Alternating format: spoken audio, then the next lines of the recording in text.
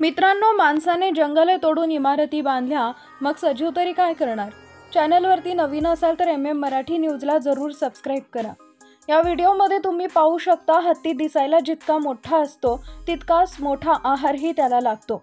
त्यामुळे जेव्हा त्याला भूक लागते तेव्हा तो एखादं मोठं झाडही मुळापासून उखडतो. मात्र सध्या सोशल मीडियावर एका हत्तीचा व्हिडिओ व्हायरल होत आहे.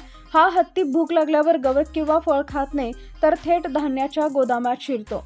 हा हत्ती भुकेमुळे कावराबावरा झाला असून तो समोर असलेल्या बंद गोदामाचं शटर तोडून त्यातलं धान्य खाताना दिसत आहे. यावेळी आजूबाजूला लोकही दिसत आहेत.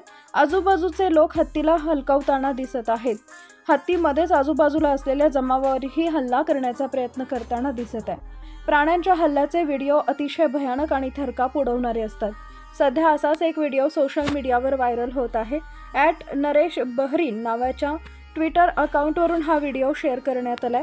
काही वेळातच हा व्हिडिओ सोशल मीडियावर तुफान व्हायरल झालेला पाहायला मिळाला. व्हिडिओवर भरपूर कमेंटही येताना दिसत आहेत.